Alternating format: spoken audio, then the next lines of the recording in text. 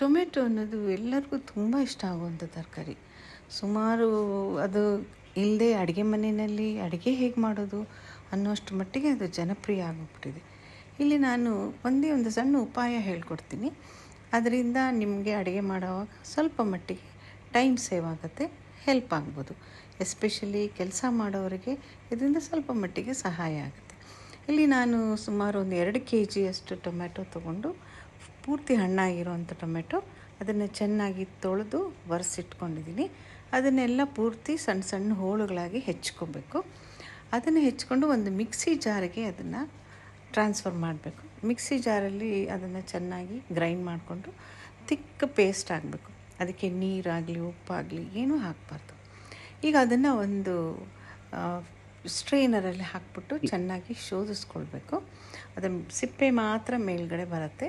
ಥಿಕ್ಕಾಗಿರುವಂಥ puree ಅಂತ ಏನು ಹೇಳ್ತೀವಿ, ಟೊಮೆಟೊದು ರಸ ಪ್ಯೂರಿ ಅಂತ, ಅದು ಮಾತ್ರ ಸೆಪ್ರೇಟ್ ಆಗುತ್ತೆ. ನೋಡಿ, ಈ ಥರ ಗಟ್ಟಿ ಟೊಮೆಟೊ ರಸ ಬರುತ್ತೆ. ಈಗ ಅದನ್ನೆಲ್ಲ ನಾವು ಒಂದು ಐಸ್ ಟ್ರೇನಲ್ಲಿ ಹಾಕಿಟ್ಕೋಬೇಕು. ಐಸ್ ಟ್ರೇನಲ್ಲಿ ಹಾಕಿದ್ರೆ ನಾವು ಮುಂದೆ ಯೂಸ್ ಮಾಡ್ಕೊಳ್ಳೋಕ್ಕೆ ತುಂಬ ಈಸಿ ಆಗುತ್ತೆ.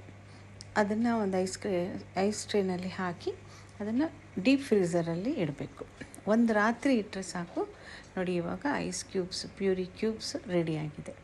ಇದನ್ನು ನಾವೆಲ್ಲ ಒಂದು ಕಂಟೈನರಲ್ಲಿ ಹಾಕ್ಬೋದು, ಇಲ್ಲ ಒಂದು ಪ್ಲಾಸ್ಟಿಕ್ ಕವರಲ್ಲಿ ಹಾಕಿ ಫ್ರೀಝರಲ್ಲಿ ಇಡಬೇಕು. ಇದನ್ನು ಸುಮಾರು ಒಂದು 2 ರಿಂದ 3 ತಿಂಗಳು ಫ್ರೀಝರಲ್ಲಿ ಇಟ್ಕೊಂಡು ಯೂಸ್ ಮಾಡ್ಕೊಳ್ಬೋದು. ಅದನ್ನು ನೀವು 2 ಅಥವಾ 3 ಕ್ಯೂಬ್ಸು ಸಾಂಬಾರು, ರಸಮ್ಮು ಅಥವಾ ಅದರ ಪಲ್ಯ ಯಾವುದಕ್ಕೆ ಬೇಕಾದರೂ ನಿಮಗೆ ಎಷ್ಟು ಬೇಕಾಗುತ್ತೋ ಅಷ್ಟು ಹಾಕ್ಕೊಳ್ಬೋದು.